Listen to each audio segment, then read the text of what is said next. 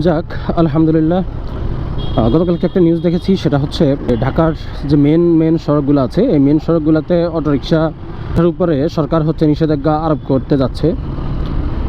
যদি এই আইনটা যদি বাস্তবায়ন করতে পারে, সেক্ষেত্রে অন্তত রাস্তায় যে শৃঙ্খলা, সেই শৃঙ্খলাটা হচ্ছে ফিরে আসবে।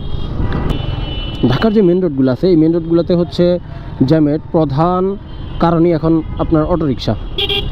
তো এই অটোরিকশাগুলা নিরসনে অটোরিকশাগুলা হচ্ছে বন্ধের লক্ষ্যে সরকার অলরেডি হচ্ছে কাজ শুরু করে দিয়েছে।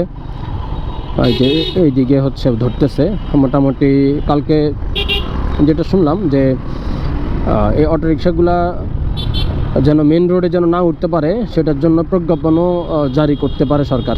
তবে পুলিশকে নির্দেশনা দিয়ে দিয়েছে যেন এই অটোরিকশাগুলা মেন যে সড়কগুলো আছে, এই মেন সড়কগুলোতে যেন না উঠতে পারে, না চলাচল করতে পারে। এক্ষেত্রে হয়তো ভিতরের যে রাস্তাগুলো আছে, গলি যে রাস্তাগুলো আছে, হ্যাঁ, মহল্লার যে রাস্তাগুলো আছে, হয়তো এই মহল্লার রাস্তাগুলোর ভিতরে অটোরিকশাগুলো হচ্ছে চলতে পারবে, কিন্তু মেন রোডে হচ্ছে উঠতে পারবে না। এখন কথা হচ্ছে যে এই যে আপনারা যে সিস্টেমটা করতেছেন, এই সিস্টেমটা আদৌ কয়দিন চলবে? এই অটোরিকশা মেন রোডে বিগত সরকারের আমলেও হচ্ছে মেন রোডে উঠে নাই, উঠতে দেওয়া হয় নাই, কিন্তু পরবর্তীতে কিন্তু তারা আবার আন্দোলন করে এটাকে আবার মানে তেমন একটা হচ্ছে গুরুত্ব দেয় নাই, তেমন একটা কার্যকর হয়ও নাই। তো এখন এটা যে আপনারা যে করতেছেন, এটা কি আদৌ আপনার গুরুত্ব পাবে? একটা জিনিস কি, আপনার একটা আইন করলেন, একটা নিয়ম করলেন, কিন্তু নিয়মটা যদি প্রপার ওয়েতে যদি আপনি না মেনটেন করেন, সেক্ষেত্রে তো এই আইন বা এই নিয়ম করে তো লাভ নেই।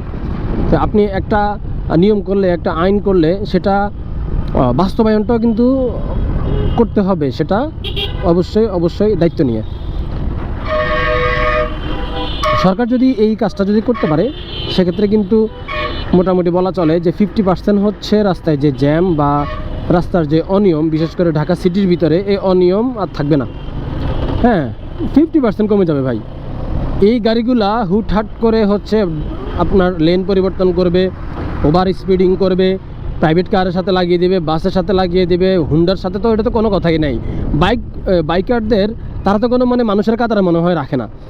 হ্যাঁ, তারা এটারে হয়তো খেলনা কোনো একটা জিনিস হয়তো মনে করে, তার কারণ রাস্তায় চললে ওদের যে একটা বিহেভিয়ার, একদম যে 100% তা না, মোটামুটি আপনি 90%। এই যে দেখেন, ওর লেন কি এটা? ওর লেন হচ্ছে একদম বাম পাশেরটা, এখন ও পুরা রাস্তা নিয়ে তারা চালাবে। তো এই জিনিসগুলো আসলে বন্ধ করা দরকার।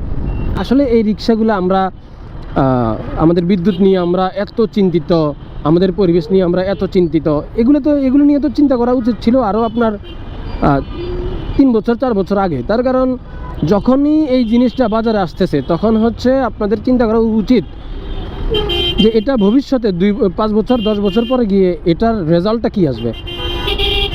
এই জাতি কখনোই আপনার 10 বছর 20 বছর আগেরটা চিন্তা করবে না। তারা হচ্ছে কিভাবে হচ্ছে চুরি করবে, কিভাবে হচ্ছে আপনার অনিয়ম করবে, অনিয়মে হচ্ছে দেশ চালাবে, সেই ধান্দায় থাকে।